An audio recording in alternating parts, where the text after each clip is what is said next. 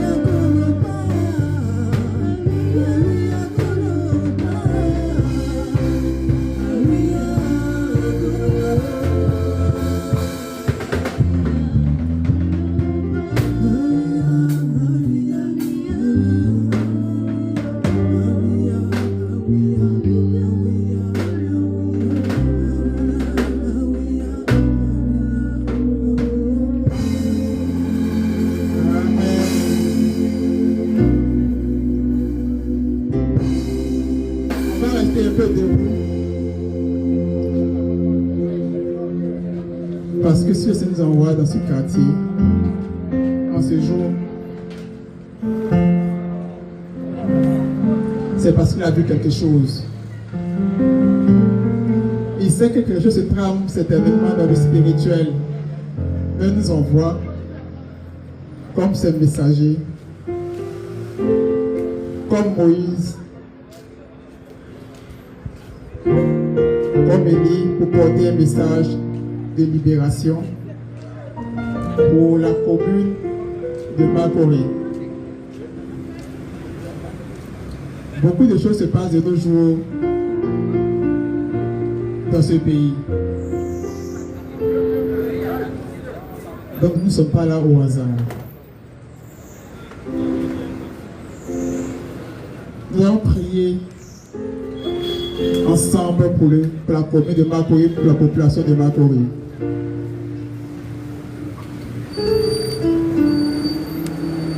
Afin que le Saint-Esprit, qui révèle les choses secrètes, qui nous révèle les choses et qui nous envoie en mission, par notre intercession, la volonté de Dieu s'accomplisse pour cette commune.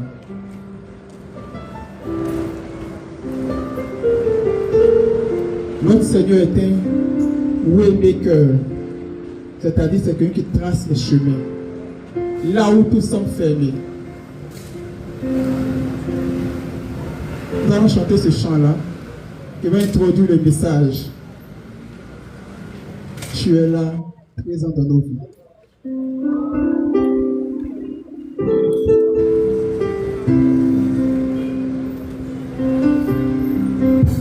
Pendant que ce chant est en train de passer,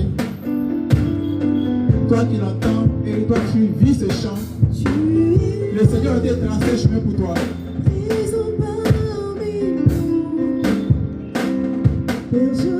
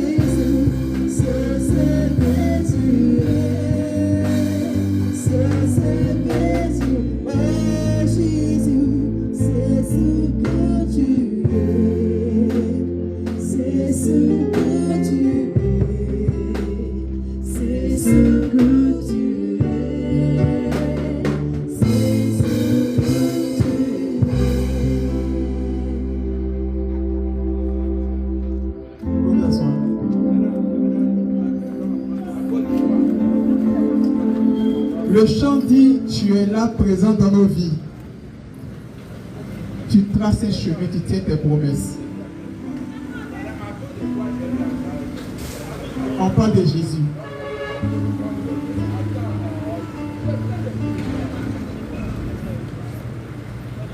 Je veux te dire que Dieu ouvre des chemins partout.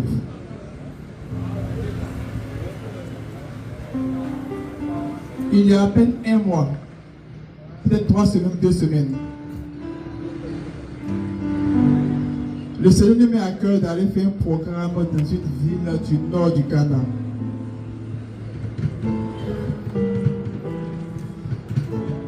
Quitter Abidjan pour aller jusqu'au nord du Ghana, c'est tout un voyage. C'est tout un voyage. Et le Seigneur nous a, pendant que nous prions pour préparer le programme, on lui demande les ressources, il nous envoie seulement, je crois que c'est quelqu'un qui a fait un dépôt, une offrande de 50 ou 100 000, c'est plus trop. Et ça nous permettait juste de financer le déplacement. Mais comment organiser un programme dans un pays étranger où il faut de la logistique, de la sono, de la mobilisation. Nous venons déplacer les équipes. Mais il a dit, va. Et nous avons pris notre route, mon épouse et moi, nous sommes partis. Quand nous sommes arrivés au Ghana,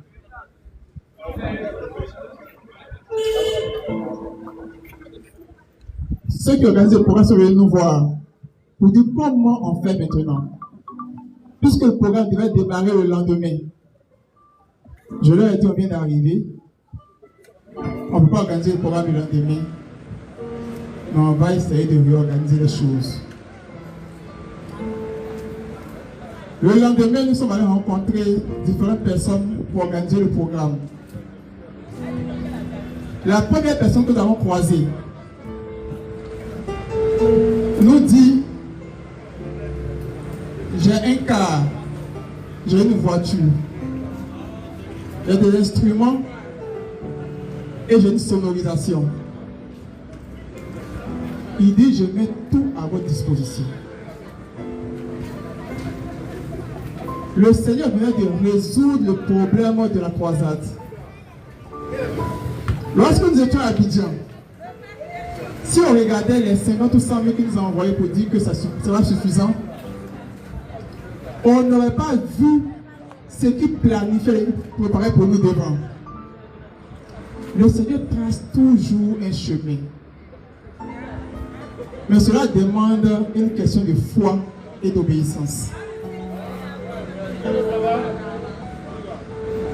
Après avoir eu la première personne, on va voir la seconde personne, c'est toujours un pasteur. Il nous dit, il nous attendait. Il a rassemblé tous les hommes de Dieu de la zone. Et il dit, ce n'est plus vous qui organisez le programme, c'est nous qui organisons le programme pour vous donner. Nous étions juste assis à l'hôtel, ma femme et moi, et les gens ont organisé le programme pour nous donner. C'est-à-dire que Dieu a disposé le cœur d'autrui. Il n'y a pas de situation impossible que Dieu ne peut résoudre pour toi. Si tu te limites à ce que tu vois, si tu te limites à ce que tes yeux et ton esprit peuvent comprendre, tu ne peux pas avoir la gloire de Dieu. Ce n'est pas possible. Parce que le Seigneur ne va jamais te révéler les choses cachées. Il va juste te donner une consigne. Lève-toi et va. Tu lui demandes comment je vais. Il te donne juste un petit moyen. Le reste attend quand tu vas bouger. Si ce soir, tu crois que Jésus trace le chemin et que tu te connectes à cette parole, avance seulement. Tu verras ce qu'il fera pour toi devant. Le Seigneur est extraordinaire. Il est extraordinaire. Quelqu'un est venu me voir pour dire qu'il veut se marier. Il y a quelques années de cela. Il lui a dit, va te marier. Il n'y a pas de souci. Il dit, je n'ai aucun moyen. Il dit, comme tu as décidé de le faire, Dieu va tracer le chemin pour toi, vas-y. Il s'est marié. La dernière semaine avant son mariage, tout s'est mis en place pour lui.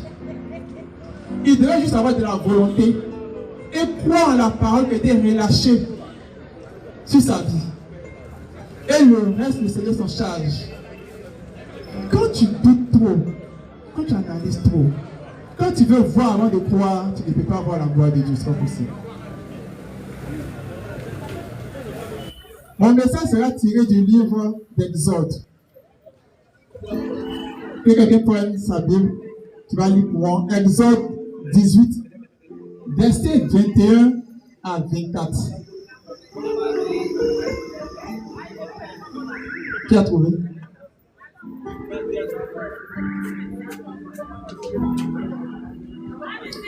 C'est quelqu'un qui a trouvé qui lise.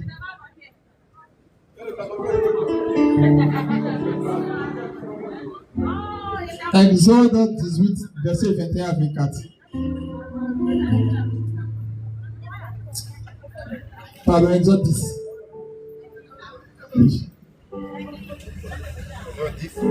Verset 21 à 24. C'est un microphone, on va dire. Qui a trouvé?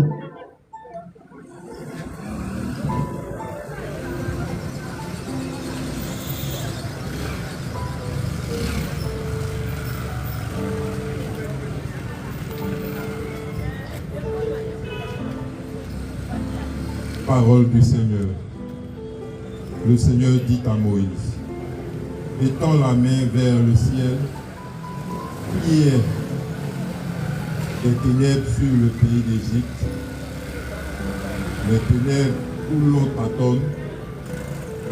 Moïse étendit la main vers le ciel, et pendant 3 jours, il y eut d'épaisses ténèbres sur tout le pays d'Égypte. Les gens ne se voyaient plus l'un l'autre et chacun resta sur place pendant 3 jours. Mais il y avait de la lumière pour les fils d'Israël là où ils habitaient. Pharaon appela Moïse et lui dit, allez-vous-en, servez le Seigneur. Votre petit et votre gros bétail devra rester ici, mais vos enfants pourront vous accompagner. Amen. Parole du Seigneur. Tu es dans une situation pareille. Moïse a mené un combat de délivrance. Pharaon a cédé. Il dit, je libère le peuple. Mais il bloque les biens du peuple. Tu mènes des combats spirituels depuis longtemps. Tu sens que tu as progressé spirituellement. Mais tu vois que tout ce qui est ressources matérielles ne vient pas, n'accompagne pas. Parce que le pharaon qui est sur ta vie, il t'a laissé progresser spirituellement parce qu'il ne peut plus te toucher. Mais il maintient captif tes biens. Donc tu es en train de lutter encore. Tu te demandes à quand la fin. Mais Pharaon, c'est quelqu'un qui est têtu. Ce n'est pas un petit démon. Je vais t'expliquer comment est-ce que tu peux te libérer et libérer tes biens de Pharaon. Les combats spirituels sont bons. Mais quand vous voyez l'histoire du peuple d'Israël en Égypte, Pharaon n'a jamais eu peur de combat spirituel. Lorsque Moïse pose une action, il a ses magistrats qui posent une action. Mais quand ils ne peuvent pas, ils reculent un peu, puis après ils les bloquent encore. Ça veut dire qu'il y a des types de démons, il y a des types d'opposition qui ne cèdent pas face aux prières aux prières de délivrance. Ce n'est pas la première fois qu'un pharaon bloque les choses. Nous avons vu Élie dans la Bible, qui était un tout puissant prophète, qui a éliminé tous les prophètes de Baal. Mais une dame du nom de Jézabel a dit, si je l'attrape, tout ce qu'il a fait, au premier, il fait la même chose. Élie a eu peur et il a fui. Comment Élie peut fuir devant une dame d'Isabelle? Parce que Isabelle n'est pas une personne simple. C'est des gens comme les pharaons. Pour faire tomber quelqu'un comme Jézabel au pharaon, ce n'est pas juste les prières de combat qui vont l'effrayer. Parce qu'il est résistant. Il est très résistant. Si les prières de combat libéraient véritablement de tout, les chrétiens seraient trop riches. Parce que dans les églises, les prières de combat qui sont menées chaque jour ne finissent point. Mais les situations sont toujours les mêmes. Une avancée dans sa vie spirituelle, mais dans sa vie physique, dans sa vie réelle, il y a trop de blocages. Trop de blocages. Pour faire tomber Pharaon, pour faire tomber Jézabel, il a fallu l'intervention de Dieu. Dieu seul. Ce n'est pas toi qui vas faire tomber Pharaon. Mais comment Dieu va intervenir dans ta vie? Comment Dieu va réagir pour toi? Comment Dieu peut intervenir dans ta faveur? Voici le message que j'ai à te porter aujourd'hui. C'est un message que nous avons porté au Ghana. Et avant, Seigneur m'a dit, tu dois porter le même message ici.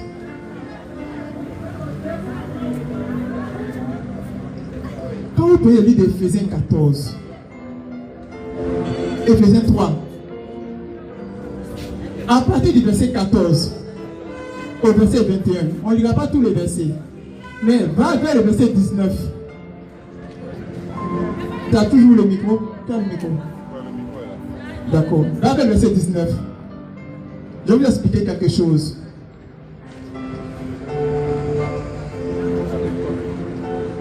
Éphésiens 3. À partir du verset 19. Vous, parole du Seigneur, vous connaîtrez ce qui dépasse toute connaissance, l'amour du Christ. Alors, vous saurez combler jusqu'à entrer dans toute la plénitude de Dieu. À celui qui peut réaliser par la puissance qu'il met à l'œuvre en nous infiniment plus que nous ne pouvions demander ou même concevoir. Gloire à lui dans l'Église et dans le Christ Jésus pour toutes les générations dans les siècles des siècles. Amen.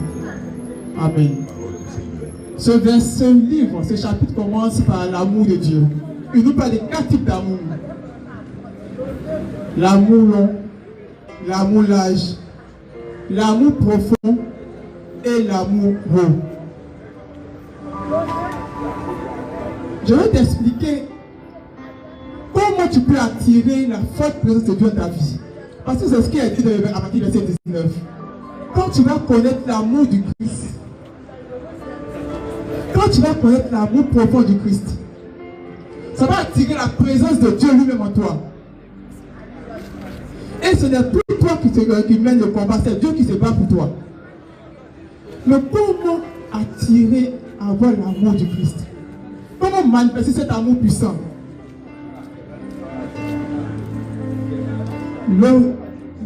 La base se trouve dans les versets que Jésus a donné. Il dit aux apôtres, quittons ici. Le prince de ce monde arrive et n'a rien en moi. Ça veut dire que Jésus, quand il regarde ses disciples, il sait pertinemment que si Satan arrive, ils auront des problèmes. Mais pourquoi ils auront des problèmes? Pourquoi Satan n'a rien en Jésus? Pourquoi Satan ne peut pas bloquer Jésus? Pourquoi Jésus peut dire multiplie le pain, ça se multiplie. Et toi, tu dis multiplie, mais les ressources, ça ne se multiplie pas. Parce qu'il y a quelque chose en toi qui te bloque. C'est ça que je vais t'expliquer aujourd'hui. Ça va te fatiguer un peu, mais c'est une vérité. Dans Genèse 1, verset 26, je vais aller rapidement. Dieu dit créons l'homme à notre image et qu'il nous ressemble vraiment. Est-ce que tu crois que le féticheur est à l'image de Dieu? Est-ce que dans ton esprit tu crois en cela? Ou bien tu penses que lui n'est pas qu'à l'image de Dieu? Il est qu'à l'image de Dieu. Dans Matthieu 5, verset 22, Jésus dit quoi? Faut lire ce verset-là, c'est intéressant pour nous.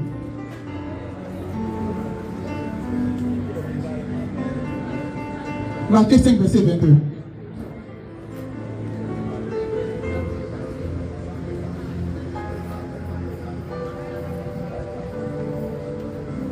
Faut lire un peu fort. Parole du Seigneur. Eh bien, moi je vous dis, tout homme qui se met en colère contre son frère devra passer en jugement. Si quelqu'un insulte son frère, il devra passer devant le tribunal.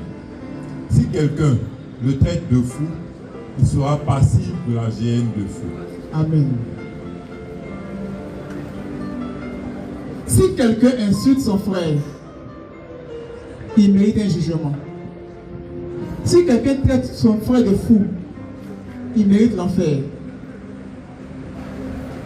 Lorsque tu es en train de prier et que tu fais une demande à Dieu, souvent ce soir tu as fait une prière, tu as demandé à Dieu, j'ai besoin que tu débloques telle situation de ma vie. Et en rentrant, quelqu'un marche sur ton pied, quelqu'un cogne ta voiture,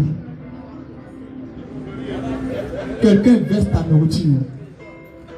Quelle est ta première réaction? Quand tu t'assois, puis on dit voici le sorcier de ta vie, celui qui te bloque. Quelles sont tes pensées, quelles sont les paroles qui sortent contre cette personne? Dieu le Père fait la différence entre l'être humain qui pratique la sorcellerie et l'esprit de sorcellerie qui habite en lui. Dieu fait la différence. Mais est-ce que toi tu fais la différence?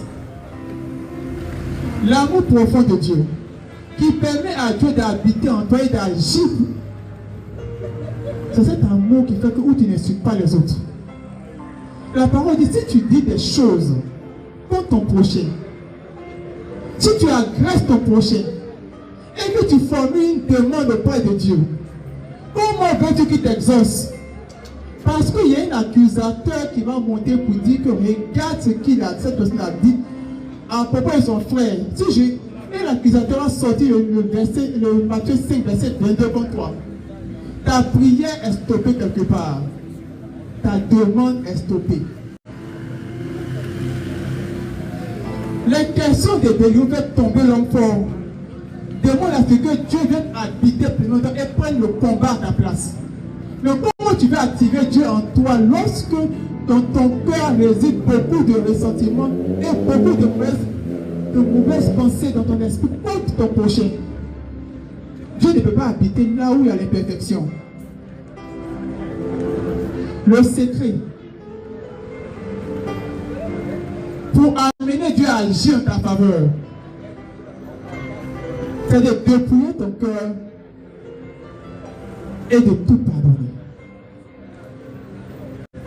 Il y a une manipulation de Satan qui vous fatigue, qui fatigue les hommes.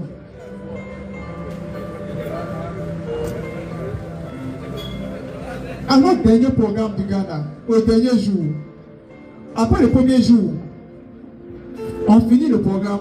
Avant le programme, on ne pousse qu'à beaucoup d'expérience dans l'organisation des programmes et donne les directives. Elle dit faire comme ça, à la fin, faire comme ça.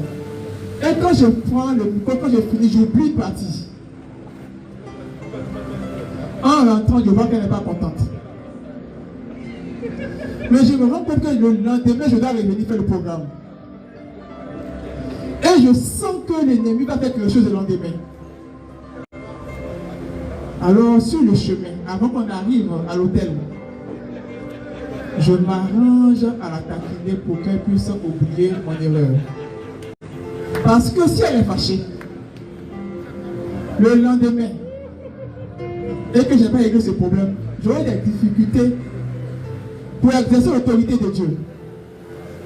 Comme nous avons réglé le problème la nuit, et qu'elle a fini par sourire, le lendemain on arrive au programme, et pendant que je passe les messages où Dieu veut bénir des personnes, les gens font tomber la pluie. Et je dis au peuple de ne pas bouger. Parce que cette pluie-là est venue pour vous chasser quand votre bénédiction arrive. Restez tranquille. Tous les pasteurs étaient assis sur ce côté. Et il y a un qui a voulu partir, qui a voulu aller s'abriter. Mais quand je dis restez tranquille, qu'il n'y aura pas de pluie, ça va s'arrêter, il s'est assis. Et dans son témoignage, il dit, aujourd'hui je vais voir la gloire de Dieu. Mais la pluie, le temps qui était immersé, la pluie a commencé à tomber. Au bout de 5 minutes, la pluie est partie. Le temps est devenu impeccable, les gens commencent à avoir chaud, la nuit. Ça, c'est la gloire de Dieu. Mais comment est-ce que le temps peut obéir à ma voix? C'est parce que la veille, j'ai anticipé sur ce qu'il voulait créer. Si je n'avais pas réglé le problème de mon épouse la veille, l'ennemi allait s'appuyer sur cette parole, sur ce problème-là, pour dire, lorsque je commande le temps de s'arrêter, il va dire non, tu ne peux pas obéir. Parce que lui qui parle la même manière pour sa femme. Si vous ne comprenez pas les principes du Seigneur, vous allez mener beaucoup de combats inutiles. Beaucoup de combats inutiles. Dieu t'a créé à son image, tu as une autorité. Tu as une autorité. Ce que tu déclares doit arriver à l'existence. Mais il faut obéir à ce qu'il n'y a rien en toi qui te stoppe.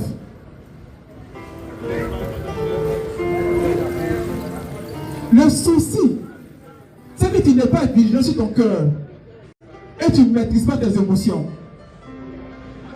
Si tu ne maîtrises pas tes émotions, Satan aura toujours quelque chose sur toi. Parce que lui, son rôle, c'est d'empêcher de jouir des grâces de Dieu sur la terre. Lui, c'est son travail qui est là. Je vais vous révéler quelque chose d'intéressant que Dieu va faire comprendre. Jésus dit, je m'en vais, dans le livre de Jean 16. Je vous envoie un esprit, l'esprit de vérité qui va vous parler de moi.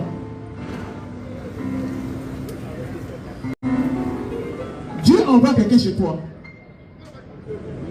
Nous avons tous connu des neveux, des frères, des cousins qui sont venus à nous, qui ont grandi chez nous. Dieu sait que dans 20 ans, tu seras dans telle situation et tu auras tel problème. Alors, il anticipe sur ces 20 ans à venir et il envoie quelqu'un chez toi à la maison. Un tout petit enfant. De quelqu'un, il dit, la personne reste chez toi. Il faut interroger le Saint-Esprit. Pourquoi cette personne habite chez moi? Pourquoi cette personne vient chez moi? Parce que Dieu a dit de traiter ton problème futur. Tu ne sais pas encore. Tu vas maltraiter la personne chez toi à la maison. Et dans 15 ans, 20 ans, voici la personne qui est positionnée quelque part. Et toi, tu seras dans une situation dans 20 ans. Et c'est cette personne qui doit résoudre ton problème. Quand Dieu l'a envoyé chez toi, il doit vous préparer les 20 années à venir. Parce qu'il sait ce que Satan a planifié pour toi dans 20 ans. Il t'envoie ta source de grâce en 20 ans en arrière. Mais tu n'as pas su voir cette grâce. Tu as maltraité la personne. Tu t'es mal comporté la personne. Moi, te voilà 20 ans plus tard avec la personne devant toi qui a aussi ton problème. Tu fais comment? Tu vas crier à Dieu, mais Dieu va te dire, mais je t'ai envoyé la source de bénédiction. Mais tu ne peux pas calculer, comprendre mes projets. Les projets de Dieu sont lointains. Satan a l'air de détruire la source de votre bénédiction. Comment? Il te connecte, Dieu te connecte à quelqu'un. Cette personne est ta source de bénédiction. Et Satan vient manipuler tes pensées et tes émotions et vous oppose, vous deux. Et tu te mets en colère avec la personne. Mais quand tu es en train de prier Dieu pour avoir quelque chose, la bénédiction de Dieu vient comment? À travers une personne. Ça qui peut au ciel. Satan a travaillé à détecter l'information. Il sait que ta source de bénédiction, c'est telle personne. Donc il commence à travailler à vous opposer. Si vous êtes vigilant, si vous regardez les choses de l'esprit, vous allez voir que Dieu vous a répondu à longtemps. Mais vous n'avez pas compris. Vous n'avez pas compris. Tu fais parler avec quelqu'un qui doit te bénir. Jésus dit quand tu dors, quand tu vas le dormir, évite de dormir avec la colère. Ce n'est pas pour la mort seulement. Il ne veut pas que tu te mettes en colère ton prochain. Parce que tu ne sais pas ce que je prépare pour toi à travers ce prochain-là. Et Dieu ne veut pas te révéler les choses en avance. Avec Dieu, tout est codifié. Tout est codifié. Il faut avoir l'œil spirituel. Et Dieu vous donne toujours des indices. Parce que quand tu pries pour ça, une personne qui est à côté de toi, qui est dans ton entourage, Dieu va te donner un petit songe pour te montrer que la personne n'est pas négative pour toi. Ça veut dire que la personne peut être positive pour toi demain. Tu as détruit trop de relations. Trop de relations par émotion. Trop de relations par de manipulation. Et tu t'es retrouvé en arrière. Et tu attends que Dieu crée encore un nouveau cycle de bénédiction pour toi. Ça prend du temps. Ça prend du temps. Si tu comprends que l'être humain n'est pas ton ennemi, que c'est un esprit qui manipule, qui vient te déranger, qui vient gâter votre relation, ton amour pour les hommes va grandir. Si ton amour pour les hommes grandit, la présence de Dieu dans ta vie va s'accroître. Et les pharaons qui sont devant toi vont tomber. Parce que pour que Pharaon tombe, il faut qu'il sorte de sa zone de confort. Dieu a fait sortir Pharaon d'Égypte. Il n'y avait plus les murs d'Égypte pour protéger. Il était dehors. Il était dans le désert. Et Dieu a fini avec lui et toute son équipe. Moïse n'avait pas la capacité de tuer Pharaon. Dieu seul a cette capacité. Tu as besoin de Dieu dans ta vie. Pas en tant qu'un simple chrétien, mais en tant qu'un chrétien qui travaille à ce que son cœur soit purifié. Mon message pour toi aujourd'hui, c'est pour que tu fasses tomber les pharaons de ta vie. Et pour que Dieu t'aide à les faire tomber. Pour cela, tu dois nettoyer tous tes sentiments qui sont dans ton cœur. Tous tes faux sentiments. Retiens une chose vraiment importante. L'homme n'est jamais ton ennemi. La Bible dit, Judas était là. Et Satan a possédé Judas pour aller trahir Jésus. C'est toute l'explication de cet expliquer-là. Satan a possédé Judas pour aller trahir Jésus. Ça veut dire que Judas était un homme normal, bien. Mais à un moment donné, Satan est venu le posséder. C'est pour ça que Satan possède des personnes venir t'énerver. Pour venir créer des problèmes. Mais si tu comprends que c'est Satan qui est l'ennemi, comme Jésus a compris que Satan manipulait Pierre et il a chassé l'esprit mauvais, si tu comprends ces choses-là, tu vas découvrir la puissance de l'amour de Dieu. C'est la seule clé que tu as pour attirer une forte présence de Dieu dans ta vie, afin de te libérer des pharaons.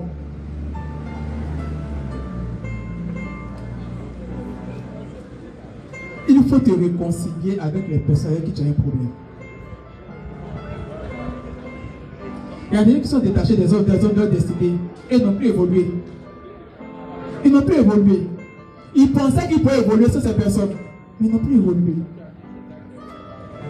Parce que Satan les manipule par l'orgueil. Dieu a établi des connexions sur la terre et par ces œuvres te connecte à des personnes. Et la grâce de Dieu, elle est gratuite. Le meilleur exemple de la grâce de Dieu que moi j'ai vécu, c'est un non-chrétien. Quelqu'un qui n'est même pas chrétien. Quelqu'un qui ne croit même pas en Jésus. Mais par une simple connexion avec un homme de Dieu, par une simple obéissance, il était sur le point d'être renvoyé de son travail. C'est-à-dire qu'ils ont établi une liste de personnes, ils étaient 5. Ils ont envoyé 4 personnes, c'était le dernier. Mais le même jour, c'est entré chez lui. Le même jour, il a reçu un coup de pied de son patron. Au lieu d'être renvoyé, il a été promu. Vous comprenez? Une année plus tard, je vais avec mon épouse là-bas. Il paye le billet d'avion de mon épouse. Quand il paye le billet d'avion de mon épouse, quand on arrive, il vient me voir et dit, j'ai un témoignage pour toi. Et son patron l'a appelé, ils ont doublé son salaire. Il y a des choses dans la vie. Quand tu le comprends, il n'est pas chrétien. Toi, tu pries chaque jour. Pourquoi tu ne vis pas cette expérience? Parce que ton cœur endurci, tu es trop intelligent. Il a opéré un sacrifice pour quelqu'un. Dieu a mis dans son cœur, il y a quelqu'un qui vient, occupe-toi de lui. Il n'a pas regardé sa situation, ils sont occupés. Pour Élie, avec la grève de Sarepta, elle avait peu de nourriture. Mais Élie dit, donne-moi un peu de ce que tu as. Quand elle a posé l'action, elle n'a plus manqué de nourriture. Quand cet Indien a posé l'action, il n'a pas perdu son boulot. Dieu venait de le sauver et de le promouvoir. Aujourd'hui, où je vous parle, quelqu'un qui était un petit employé, il est rentré dans une maison qui lui appartient. En 2 ans de connexion. C'est la grâce de Dieu. Qu'est-ce qu'il a fait d'extraordinaire? L'amour du prochain. C'est tout. L'amour du prochain a fait tomber son pharaon. Son pharaon voulait le réduire à 0, l'humilier. Mais l'amour du prochain. Il aurait pu dire que celui-là n'est pas indien, il n'est pas chrétien, il n'est pas hindou. Mais non, regardez toutes ces choses. On n'a pas le cœur à aimer profondément. On stigmatise les gens. On stigmatise les autres. On regarde l'autre, on peut le qualifier de démon. Comment peux-tu regarder ton prochain et puis dire qu'il est démoniaque? Pourquoi? Jésus, même pendant tout son séjour sur la terre, n'a jamais traité quelqu'un de démoniaque.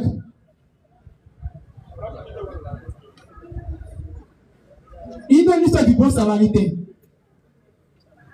Il a montré comment ceux qui maîtrisent la parole ont laissé quelqu'un qui souffre comme cela. Et vous voulez que cette personne puisse faire tomber des pharaons. C'est l'histoire des chrétiens. Tu pries beaucoup, tu passes ton temps à mener des prières de combat, mais tu n'as pas le cœur à aimer quelqu'un qui est à côté de toi. Et tu veux faire tomber un pharaon. C'est pas possible. Des gens travaillent, ils deviennent milliardaires, ils prennent l'argent pour ça distribuer aux pauvres. Et puis vous prenez pour qu'ils soient plus riches. Est-ce que toi tu es prêt à partager tes ressources?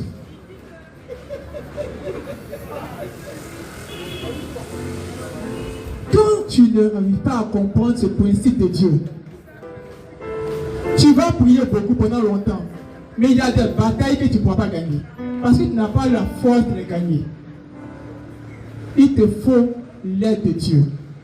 Il te faut l'intervention directe de Dieu pour faire tomber ce type de personnes.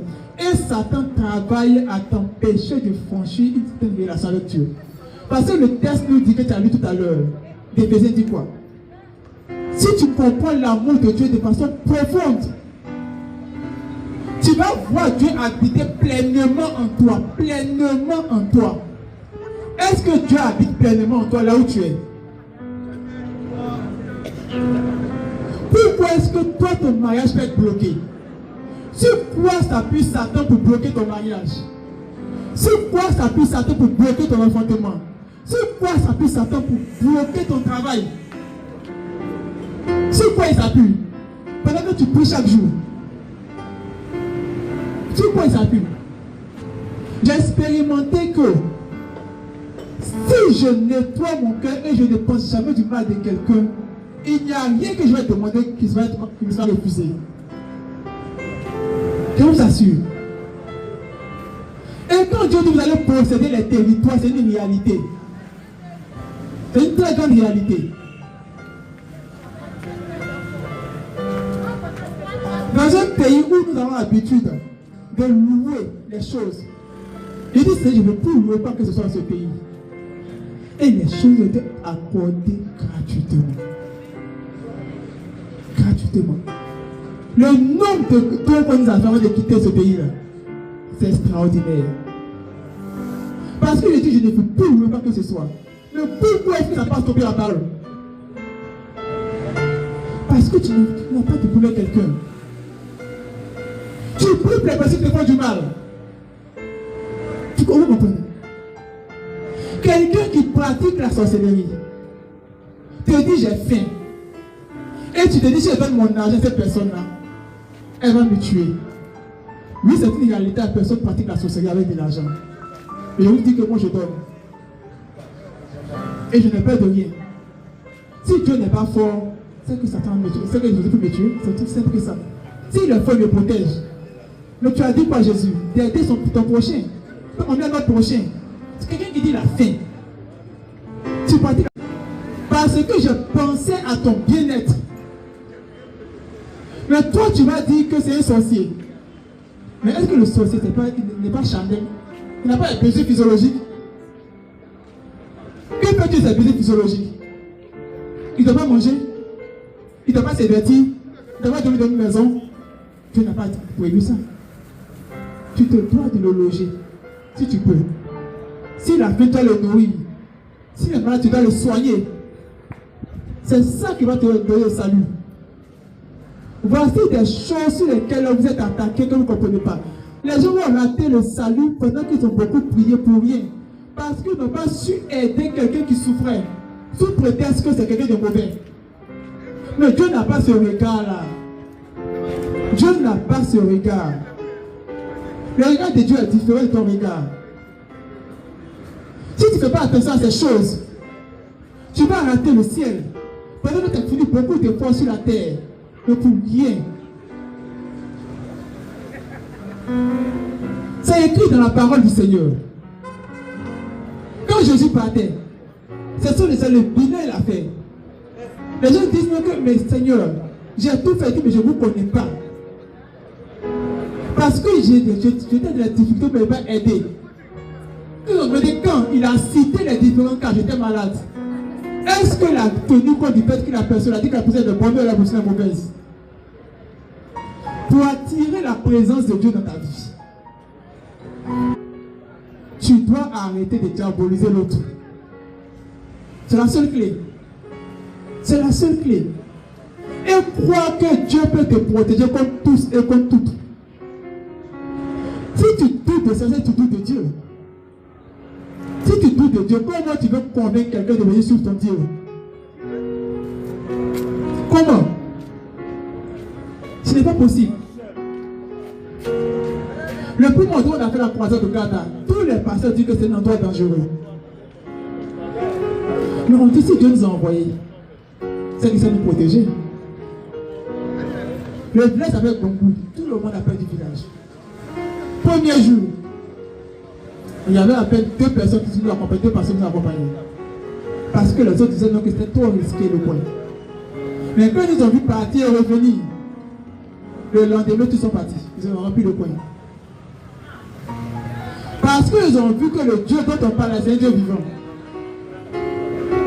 Si tu ne peux pas démontrer aux sorciers que ton Dieu est fort, et puis tu veux qu'il change comment? Quand tu donnes l'argent à quelqu'un qui pratique la sorcellerie, un féticheur, et qu'il prend pour travailler, et puis il voit qu'il n'a pas pu t'atteindre, il vient te voir. Quand tu dis, si mon Dieu va t'écouter. Parce qu'il a testé ton Dieu. Mais s'il voit que tu as peur de lui, puis tu veux dire que Jésus est la solution, il va te dire que tu es un comédien. Toi, mais tu as peur de mon fétiche. Tu ne parles pas de Jésus. Ton Jésus, il n'est pas sérieux.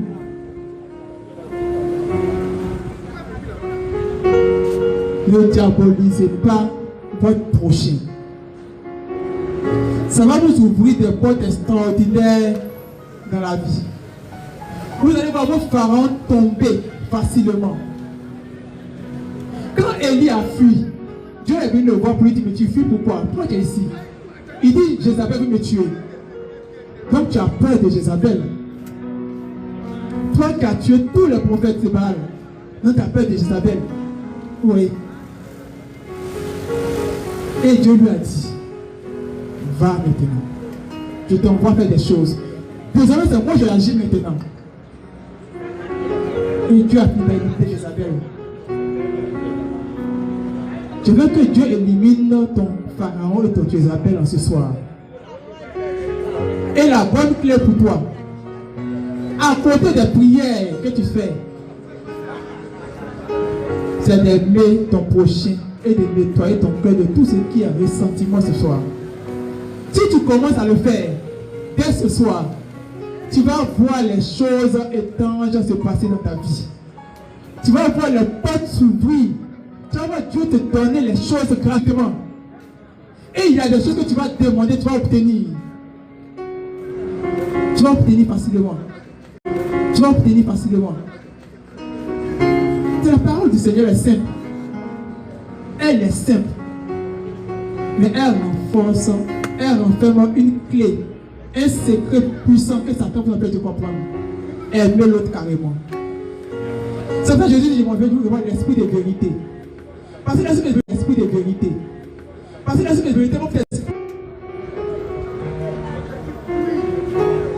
quelqu'un a vu ton étoile quelque part. Parce qu'il sait comment consulter, lire les astres. Et il a compris que le chemin que tu empruntes va te conduire quelque part. Et très tôt, il commence à manipuler des personnes dans ton environnement, dans ton secteur d'activité. Et ces personnes commencent à te persécuter. Et quand même te persécute, tu commences à voir ces personnes comme tes ennemis. Satan vient de gagner la bataille. Il a réussi à endurcir ton cœur contre des gens, contre des êtres humains. Et il t'empêche de comprendre que c'est lui qui est derrière. Donc au lieu de combattre Satan, tu mènes le faux combat.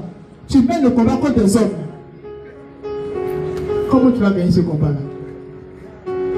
L'homme a été créé à l'image de Dieu. Tu mènes un combat contre l'homme. Tu veux que Dieu fasse quoi? Combat l'esprit. Combat l'esprit. On combat l'esprit comment? Jésus t'a montré. Il dit chasser les démons. Père, délivre-nous du mal. C'est écrit de notre Père. C'est aussi simple que ça. Père, délivre-nous du mal. C'est très efficace. Mais quand tu dis Père, délivre-moi du mal, avant cela, Jésus a ajouté quoi? Père, pardonne-nous nos offenses comme nous pardonnons aussi à ceux qui nous ont offensés. Si cette étape est ratée, comment ta prière délivre du mal va marcher? Ça peut marcher. Tu mets des prières, mais tu sautes les étapes. Et tu veux des résultats. Écoute-moi bien. Toutes les fois où tu fais une demande importante à Dieu, tu vas constater que le lendemain, les jours à venir, quelqu'un va venir t'énerver. C'est ça, c'est pas l'homme qui t'énerve. C'est Satan qui veut pas que tu obtiennes ce qu'il t'a demandé. C'est tout. C'est tout. C'est comme ça qu'il procède, c'est tout. C'est simple que ça. Et il va toujours agir à travers des personnes que tu estimes le plus. Si tu n'as pas le coup d'œil, tu vas beaucoup souffrir. Et tu vas perdre du temps cadeau. Avec Dieu, les choses vont vite. Jésus avait un ministère de 3 ans. Il a reçu son ministère facilement. Il savait que Judas était un traître. Mais il ne s'est jamais élevé contre Judas. Même le dernier jour, il a mangé à Judas dans la même assiette. Parce qu'il ne peut pas s'énerver contre Judas. Quand Pierre a voulu l'empêcher de mourir par les paroles qu'il a dit arrière de mon sapin, il ne s'est pas adressé à Pierre. Satan pensait que Jésus avait dit, Jésus s'attaquait à Pierre. Non, Jésus voit clair, il comprend les choses. Il ne se trompe pas de combat. Je veux que tu orientes ton combat vers ton vrai ennemi, afin que tu aies de bons résultats. Et fais attention. Fais vraiment attention. Les gens de ta bénédiction sont toujours pas à côté de toi. Les gens avec qui tu as une grande colère, qu'elle n'arrive pas à pardonner, peuvent être parfois des sources de bénédiction pour toi, tu ne sais pas. Parce que les voix du Seigneur ne sont pas comme les voix des hommes. Dieu peut te bénir à travers n'importe qui. À travers n'importe qui. C'est comme ça que Dieu fonctionne. Ce n'est pas à toi de chercher à savoir comment il va te bénir. C'est lui qui décide comment il va te bénir. C'est pour ça que Jésus dit qu'il faut aimer ton ennemi, parce que tu n'as pas d'ennemi physique. Si tu commences à haïr ton ennemi, tu vas bloquer tes grâces dans ta vie.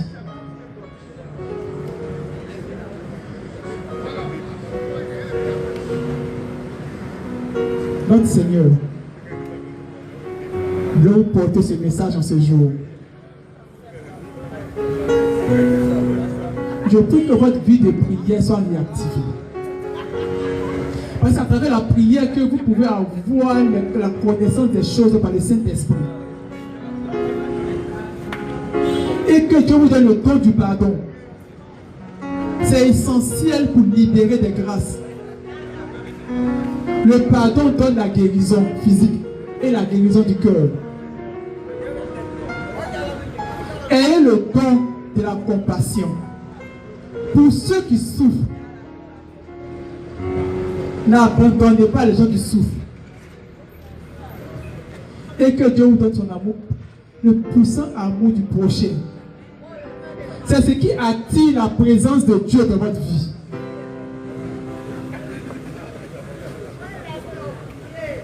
Pour ce quartier, pour cette commune,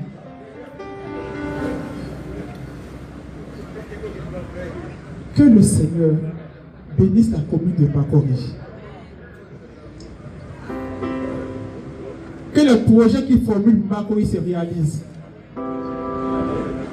Que la population de Makori soit bénie. Au nom de Jésus-Christ. Que tout ce qui a été formulé, a été préparé dans le secret, comme désastre, comme phénomène, comme quelque catastrophe, comme quelque chose qui va attrister la population ici à Makori, échoue au nom de Jésus-Christ.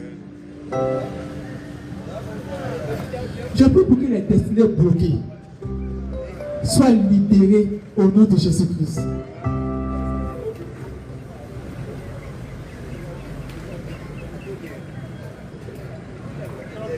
La maladie ne vient pas de Dieu.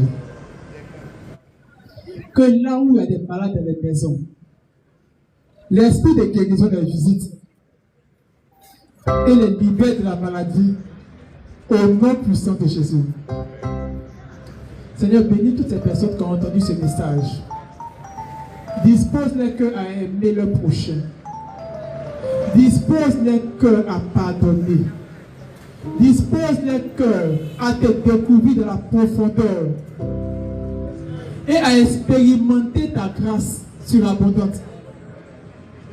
Ta grâce sans limite dans leur vie. Que ces personnes s'éloignent point des personnes leur destinée, mais que leur œil spirituel soit ouvert sur tout ce que tu prépares pour elles. Au nom de Jésus-Christ. Seigneur, merci pour ce programme. Merci pour ce temps que tu as rendu favorable. Merci, Seigneur, pour la pluie que tu n'as stoppée. Merci pour la lumière que tu as restaurée à chaque étape. Merci pour le plein d'ennemis que tu as déjoué. Merci pour tout, Seigneur. Et nous croyons encore en toi, Seigneur, que tu feras des choses encore merveilleuses pour nous tous, pour la gloire de ton nom. Amen. Merci.